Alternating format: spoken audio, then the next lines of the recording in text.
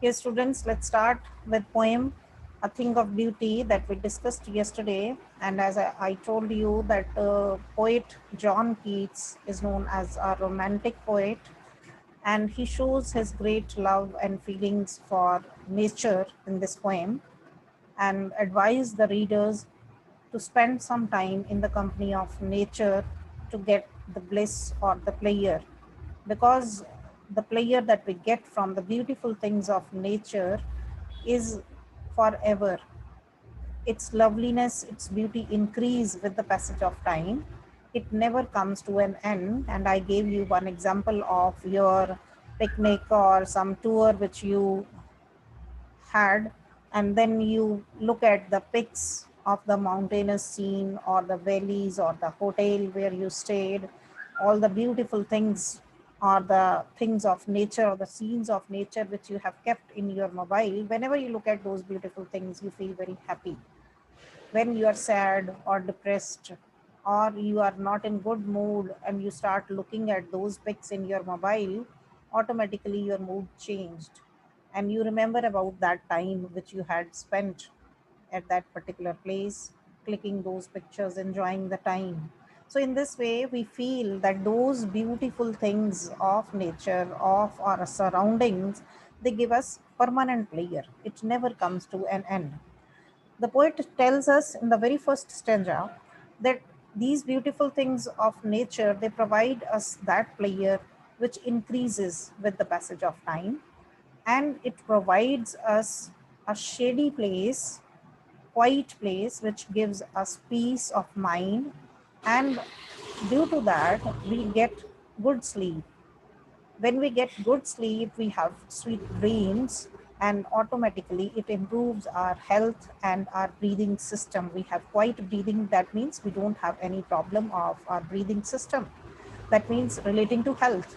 Our health improves when we are having peace of mind.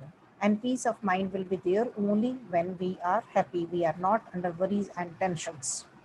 That's why the poet says, every morning we create a bond with this earth. This is only due to all these beautiful things that we are able to live on this earth.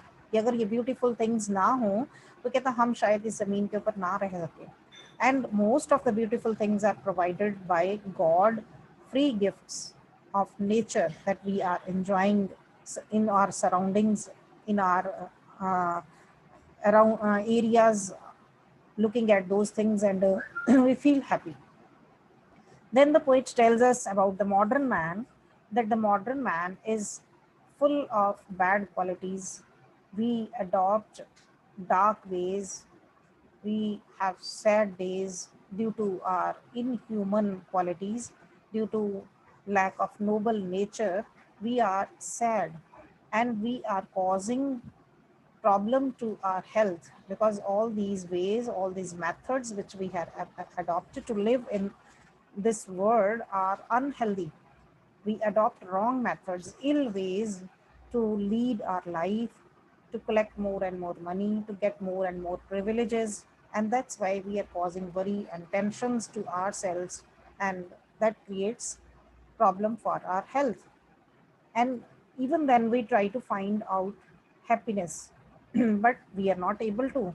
And the poet gives a solution in the next lines by telling us that in spite of all, some shape of beauty moves away the pall. In spite of all these, in spite of all these problems which we have created for ourselves, there are some beautiful shapes of nature. That means the beautiful things of nature which can move away the pall. Pall means the sadness or the depression, the sad mood or the dark mood that we have due to all these problems which are created by ourselves. From our dark spirits, that means from our dark heart, from our evil spirits, we can come out only with the help of beautiful things of nature, because they can change our mood.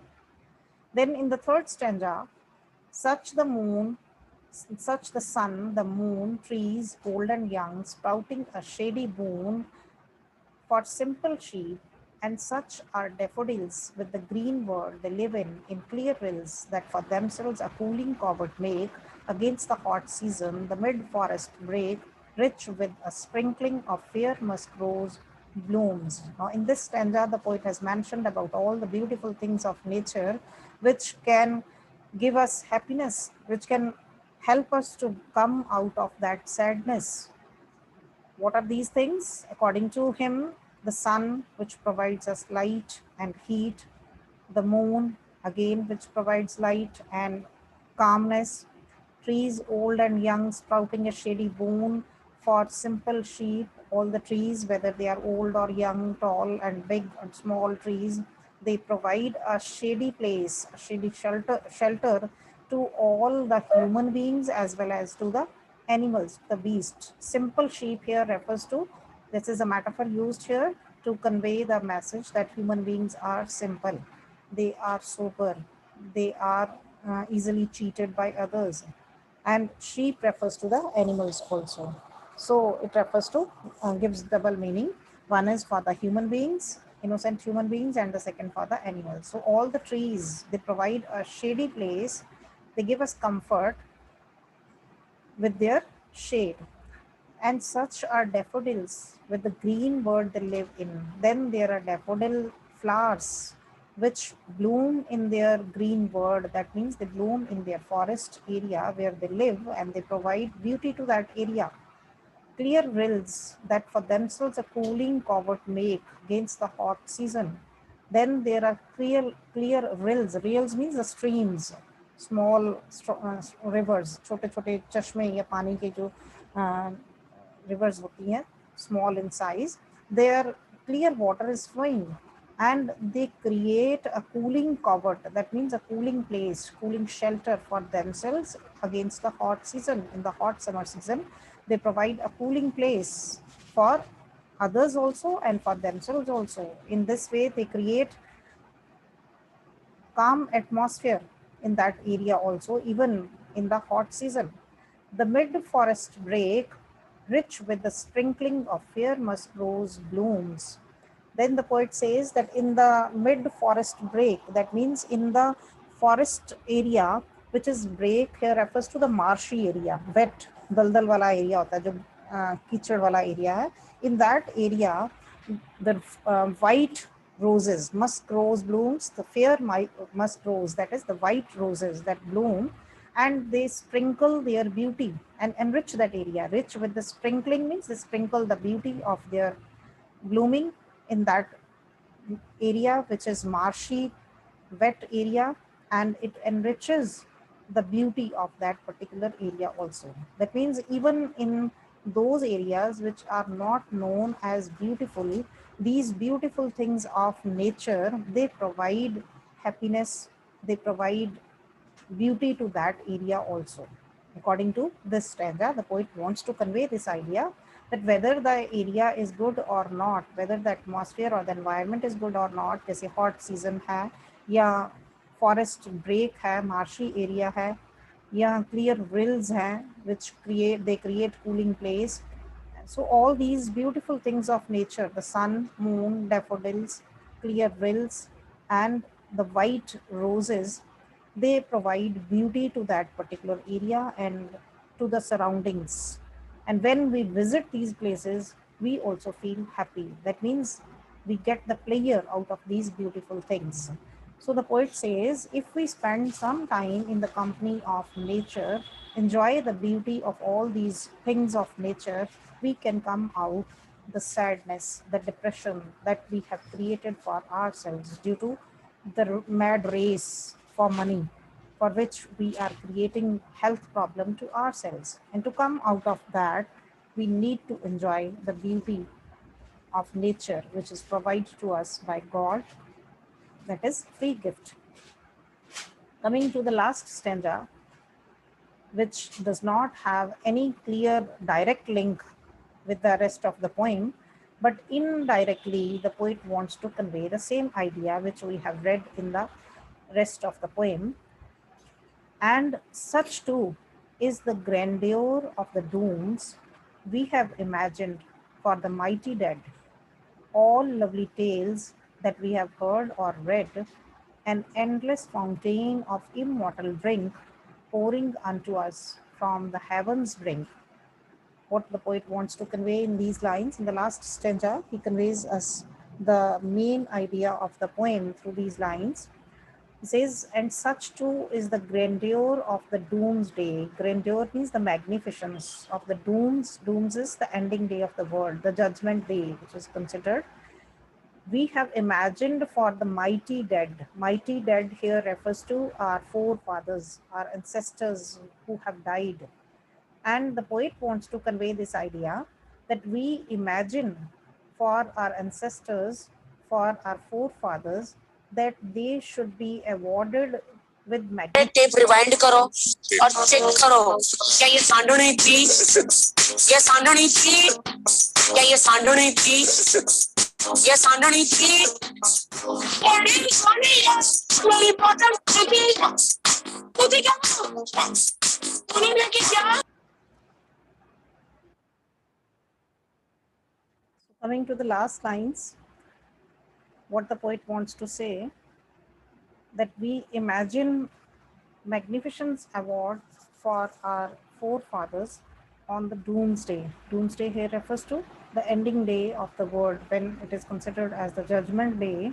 He wants that we feel this thing, that we imagine this thing, that our forefathers, our ancestors, who were considered as mighty, powerful, because they did good deeds. They did not do anything wrong as the modern man is doing, because in the ancient times we don't find these type of ill wills, jealousy, and the wrong feelings and mad race for money among the people. So we feel that they have not done anything wrong. No wrong deeds are done by them.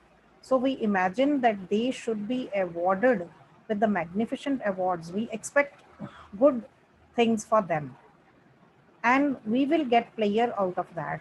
Please try to understand, these lines are to be linked with the main idea of the poem, that we will get pleasure out of that if our forefathers are awarded with the magnificent things, with the magnificent awards. We will feel happy. But the pleasure that we get from the beautiful things of nature will be much more than that. Means we will feel happy if our forefathers are awarded and they are appreciated. But the pleasure that we get from the beautiful things of nature is much more than that. All lovely tales that we have heard or read, then the poet says that we have read and we have heard many lovely tales in our childhood. बचपन में आपने बहुत सी कहानियां सुनी होंगी, बहुत सी कहानियां पढ़ी होंगी. We get pleasure out of that. But the pleasure that we get from the beautiful things of nature is much more. See the comparison he's giving with these lines, with the main idea of the poem, that the pleasure that we get from the beautiful things of nature is far exceeding than anything else. Then in the last two lines, he used a very beautiful phrase, an endless fountain of immortal drink. That these beautiful things which God has provided us, this is just like an endless fountain. कितना खत्म होने वाला एक fountain है. And what is that fountain? Of immortal drink. Immortal drink, that is the drink of the gods. Nectar, जिसको आप बोलते हो अमृत. You go to some worship place and you get Amrit there. वहाँ कहते हैं चरनामत लिया. And we feel that it will pure our soul. In the same way, we feel that these beautiful things of nature, which God has provided us, they are just like the endless fountain of immortal drink.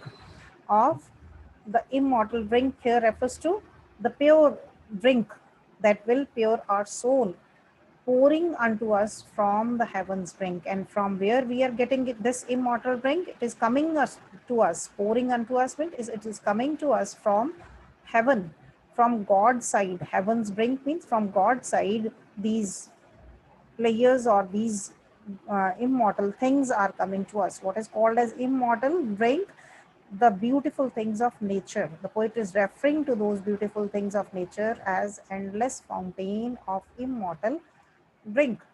And all these players are coming to us from God's side, from the heaven side, and we must enjoy and get the pleasure out of that, because this is the only source, or this is the only solution to come out of sadness or the problems of life which we have created for ourselves, to be healthy, come out of the unhealthy ways, and to get relief from the tensions and the worries of life. We must enjoy the beauties of nature. So accordingly, the poet has praised the things of nature in large detail in this poem. The whole poem is in the form of praise of nature, and in this poem, the poet has used some poetic devices also. You can see from the very beginning, metaphors are used. In the very first stanza, you can see bore quite. The poet has used the metaphor in the poem bore quite for us in the fourth line, that gives the metaphor. Then sweet dreams, flowery band, at the end grandeur of the doom, mighty dead. All these are the metaphors used in the poem. Then we have alliteration used in the poem, noble nature. You can note down noble nature. In the second stanza, sound of N is repeated. Cooling covert, coming on the third stanza, cooling covert. Band to bind, flowery band to bind. This is again alliteration used. Then personification is there in the poem. In human dirt, shape of beauty moves away the pall and wills. In these, the poet has considered these beautiful things of nature just like human beings. So the personification is used in this. So we have seen that the poem is composed in the rhyming couplets. Rhyming couplets की form में poet ने ये poem जो है create की है. No particular rhyme scheme is used for ever, never, keep, sleep. Couplet जो हैं two couplets use किए. Breathing, earth, dearth, days, ways, all, Paul, moon, boon. You can see the couplets are rhyming. That means you can say A, B, B, or you can say the couplets. When two lines are rhyming, this is known as couplet.